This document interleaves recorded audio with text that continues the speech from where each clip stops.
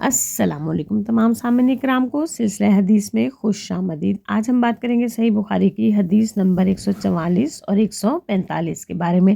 ان احادیث مبارکہ میں قضاء حاجت کے آداب، قبلہ کا احترام اور سنت نبوی صلی اللہ علیہ وآلہ وسلم کی پیروی کے بارے میں ہم امت مسلمہ کو رہنمائی فراہم کی گئی ہے۔ تو چلیے آئیے باری باری دونوں احادیث مبارکہ کا مطالعہ کرتے ہیں اور حدیث کے اختتام پر مختصراً اس کی وضاحت اور آخر میں دونوں احادیث مبارکہ سے حاصل ہونے والے اسباق کا جائزہ لیں گے۔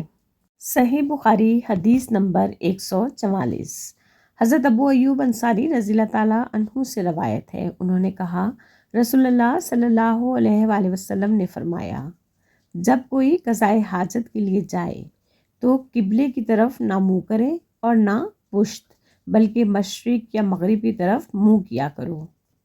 یہ حدیث مبارکہ حضرت ابو ایوب انصاری رضی اللہ تعالیٰ عنہ سے روایت ہے۔ وہ فرماتے ہیں کہ محمد صلی اللہ علیہ وآلہ وسلم نے فرمایا، جب کوئی قضاء حاجت کے لیے جائے تو قبلے کی طرف نہ منہ کرے اور نہ پشت، بلکہ مشرق یا مغرب کی طرف منہ کیا کرو۔ دراصل یہ حدیث مبارکہ بیت الخلاء یا کھلی جگہ میں قضاء حاجت کے آداب بیان کرتی ہے۔ مدینہ منورہ میں قبلہ جنوب کی سمت تھا، اس لیے وہاں رہنے والوں کو مشرق یا مغرب کی طرف رخ کرنے کا حکم دیا گیا تاکہ نہ ان کا چہرہ قبلے کی طرف ہو اور نہ پیٹھ۔ علماء اکرام نے اس حدیث کی تشریح میں چند اہم باتیں بیان کی ہیں کہ قبلہ چونکہ مسلمانوں کے لیے مقدس سمت ہے، اس لیے قضاء حاجت جیسی حالت میں اس کی طرف منہ یا پشت کرنا ادب کے خلاف سمجھا گیا ہے۔ اس کے ساتھ ساتھ بہت سے فقہا کے نزدیک یہ ممانعت خاص طور پر کھلے میدان میں ہے جہاں کوئی پردہ یا دیوار نہ ہو۔ اگر بیت الخلاء دیواروں سے بنا ہوا ہو تو بعض احادیث کی بنا پر اس میں گنجائش ہے۔ مثلا عبداللہ بن عمر رضی اللہ تعالیٰ عنہ نے بیان کیا کہ انہوں نے نبی صلی اللہ علیہ وآلہ وسلم کو ایک تعمیر شدہ بیت الخلاء میں قبلے کی سمت سے مختلف انداز میں بیٹھے دیکھا تھا۔ اکثر علماء کی رائے یہ ہے کہ کھلے میدان میں قبلے کی طرف منہ یا پشت کرنا منع ہے، جبکہ تعمیر شدہ بیت الخلاء میں ضرورت اور پردے کی وجہ سے گنجائش ہے۔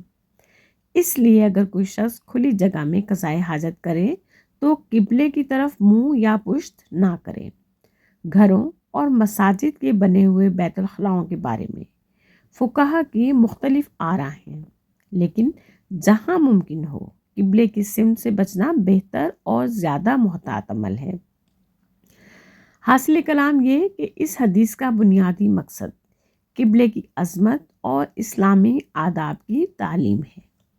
نبی کریم صلی اللہ علیہ وآلہ وسلم نے مسلمانوں کو یہ سکھایا کہ روزمرہ ضروریات کے دوران بھی مقدسات کا ادب ملحوظ رکھا جائے۔ صحیح بخاری حدیث نمبر 145۔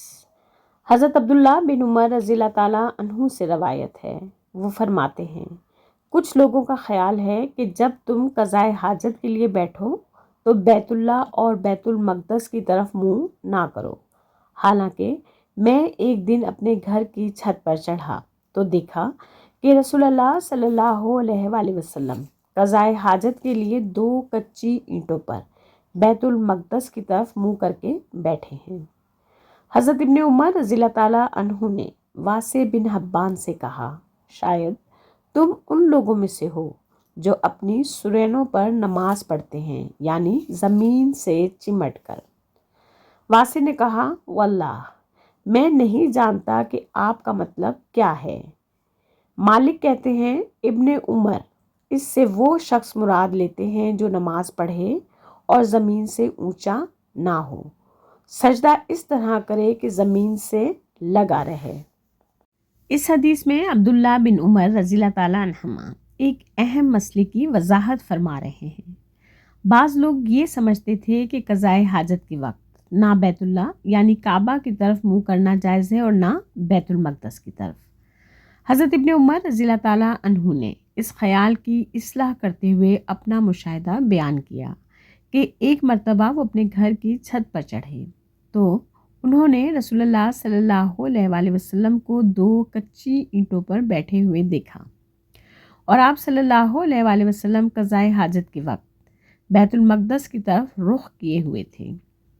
اس واقعے سے معلوم ہوتا ہے کہ نبی کریم صلی اللہ علیہ وسلم نے ایک تعمیر شدہ جگہ یا پردے والی جگہ میں ایسا کیا، جس سے یہ سمجھا گیا کہ کھلے میدان میں قبلے کی طرف منہ یا پشت کرنے کی ممانعت ہے، لیکن عمارت یا بیت الخلاء کے اندر اس حکم میں گنجائش پائی جاتی ہے۔ علماء حدیث نے اس روایت اور سابقہ حدیث صحیح بخاری 144 کو ملا کر یہ نتیجہ اخذ کیا ہے کہ کھلی جگہ میں قبلے کی طرف منہ یا پشت کرنا منع ہے، کیونکہ وہاں قبلے کی بے ادبی کا پہلو زیادہ نمایاں ہوتا ہے، جبکہ دیواروں اور پردوں والی جگہ میں یہ ممانعت اسی شدت کے ساتھ نہیں رہتی۔ اس طرح دونوں احادیث میں کوئی تعارض نہیں ہے، بلکہ ہر ایک اپنے مخصوص حالات کے مطابق حکم بیان کرتی ہے۔ حدیث کے آخر میں حضرت ابن عمر رضی اللہ تعالیٰ عنہ نے واسع بن حبان سے فرمایا، شاید تم ان لوگوں میں سے ہو جو اپنی سرینوں پر نماز پڑھتے ہیں۔ اس سے ان کی مراد ایسے شخص سے تھی جو سجدے میں زمین سے بالکل چمٹ جائے اور اپنے جسم کو اعتدال کے ساتھ نہ رکھے۔ امام مالک رحمۃ اللہ نے وضاحت فرمائی کہ حضرت ابن عمر رضی اللہ تعالیٰ عنہ ایسے شخص کو ناپسند کرتے تھے جو سجدے میں سنت کے مطابق اعضاء کو مناسب طور پر زمین سے بلند رکھنے کے بجائے خود کو زمین سے چپکا لے۔ اس سے معلوم ہوتا ہے کہ نماز میں بھی اعتدال اور سنت نبوی صلی اللہ علیہ وسلم کی پیروی ضروری ہے۔ مختصراً یہ حدیث مبارکہ بتاتی ہے کہ قضائے حاجت کے وقت قبلے کے احترام کا حکم اپنی جگہ برقرار ہے، لیکن تعمیر شدہ یا پردے دار جگہ میں اس مسئلے میں گنجائش موجود ہے۔ نیز حدیث کا آخری حصہ نماز کے آداب، خصوصاً سجدے کے صحیح طریقے اور سنت کی پیروی کی اہمیت کو واضح کرتا ہے۔ اب ہم حدیث نمبر 144 اور 145 سے حاصل ہونے والے اسباق کا جائزہ لیتے ہیں۔ نمبر 1، قبلے کی عظمت و احترام۔ اسلام میں قبلے کو خاص تقدس حاصل ہے، اس لیے اس کے ادب و احترام کا خیال رکھنا ضروری ہے۔ نمبر 2، قضائے حاجت کے آداب کی تعلیم۔ نبی کریم صلی اللہ علیہ وسلم نے امت کو قضائے حاجت جیسے روزمرہ امور کے آداب بھی سکھائے ہیں۔ نمبر 3، اسلام ایک مکمل ضابطۂ حیات ہے۔ اسلام صرف عبادات ہی نہیں بلکہ زندگی کے ہر شعبے میں رہنمائی فراہم کرتا ہے۔ نمبر 4، کھلے میدان میں قبلے کی طرف منہ یا پشت کرنے سے اجتناب۔ حدیث نمبر 144 سے معلوم ہوتا ہے کہ کھلی جگہ میں قضائے حاجت کے وقت قبلے کی طرف منہ یا پشت کرنا منع ہے۔ نمبر 5، تعمیر شدہ جگہ میں گنجائش۔ حدیث نمبر 145 سے معلوم ہوتا ہے کہ دیواروں اور پردوں والی جگہ میں اس مسئلے میں گنجائش موجود ہے، جیسا کہ نبی صلی اللہ علیہ وسلم کے عمل سے ثابت ہے۔ نمبر 6، احادیث میں بظاہر تعارض نہیں ہوتا۔ مختلف احادیث کو جمع کرنے سے معلوم ہوتا ہے کہ ہر حدیث اپنے مخصوص حالات اور موقع کے مطابق حکم بیان کرتی ہے۔ نمبر 7، صحابہ اکرام رضی اللہ تعالیٰ عنہم کی امانت داری۔ ابو ایوب انصاری اور عبداللہ بن عمر رضی اللہ تعالیٰ عنہما نے نبی صلی اللہ علیہ وسلم کی تعلیمات اور اعمال کو پوری دیانتداری سے امت تک پہنچایا۔ نمبر 8، سنت کو سمجھنے کے لیے علم و فہم ضروری ہے۔ صرف ایک روایت کو دیکھنے کے بجائے تمام متعلقہ احادیث کو سامنے رکھ کر مسئلہ سمجھنا چاہیے۔ نمبر 9، نماز میں سنت کے مطابق سجدہ کرنا چاہیے۔ حدیث نمبر 145 کے آخر سے معلوم ہوتا ہے کہ سجدے میں اعتدال اختیار کرنا اور سنت کے مطابق اعضاء کی حیت برقرار رکھنا ضروری ہے۔ نمبر 10، علماء کی تشریحات کی اہمیت۔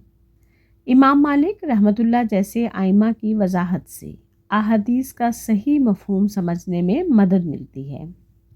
نمبر 11، رسول اللہ صلی اللہ علیہ وسلم کی اطاعت ہر حال میں ضروری ہے۔ مسلمان کا کام اپنی رائے کو مقدم کرنا نہیں بلکہ نبی کریم صلی اللہ علیہ وآلہ وسلم کے ارشادات اور اعمال کی پیروی کرنا ہے۔ نمبر 12، ظاہری اور باطنی ادب کا اہتمام۔ مسلمان کو عبادات، طہارت اور روزمرہ معاملات میں ادب و احترام اور شریعت کے احکام کا خیال رکھنا چاہیے۔ امید کرتی ہوں کہ یہ احادیث مبارکہ بھی ہم سب کے دینی علم میں اضافے کا بہترین ذریعہ ثابت ہوئی ہوں گی۔ بس اللہ سبحانہ تعالیٰ سے یہی دعا ہے کہ اللہ پاک ہم سب کو دین اسلام سمجھنے کی اور اس پر عمل کرنے کی توفیق عطا فرمائے، آمین۔ اگر ویڈیو پسند آئی ہو تو اسے لائک اور صدقہ جاریہ کے طور پر شیئر کرنا ہرگز نہ بھولیے گا، اور اگر چینل پر نئے ہیں تو براہ مہربانی چینل کو سبسکرائب کرتے جائیے۔ اس کے ساتھ ہی اجازت دیجیے، انشاءاللہ پھر ملتے ہیں۔ اللہ حافظ۔